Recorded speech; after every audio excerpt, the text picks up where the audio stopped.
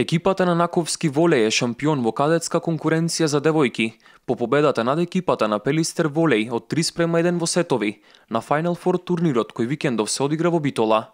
Покрај овие две екипи, на турнирот зедоа учествуваште и екипата на Универзитетот Гоце Делчев, која го освои третото место, како и тимот на Јанта Волеј од Скопје, која заврши како последно пласирана.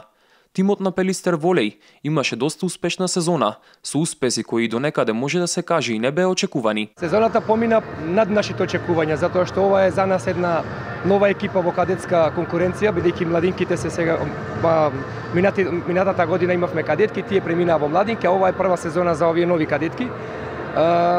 Презадоволни сме затоа што ова е над нашите очекувања, нашите амбиции беа да стигнеме до бараш надпреварите со кадетската екипа, меѓутоа тоа го надминавме како што знаете и сега сме на добар пат еве да се бориме за една од трите најдобри позиции. Одбојката во Битола години наназад зазема значајно место на спортската сцена, а младите одбојкари и одбојкарки имаат капацитет за големи резултати. Нашиот клуб континуирано расти се поголем број, значи имаме секој тренинг се повеќе деца, така да овој спорт е во голем подем.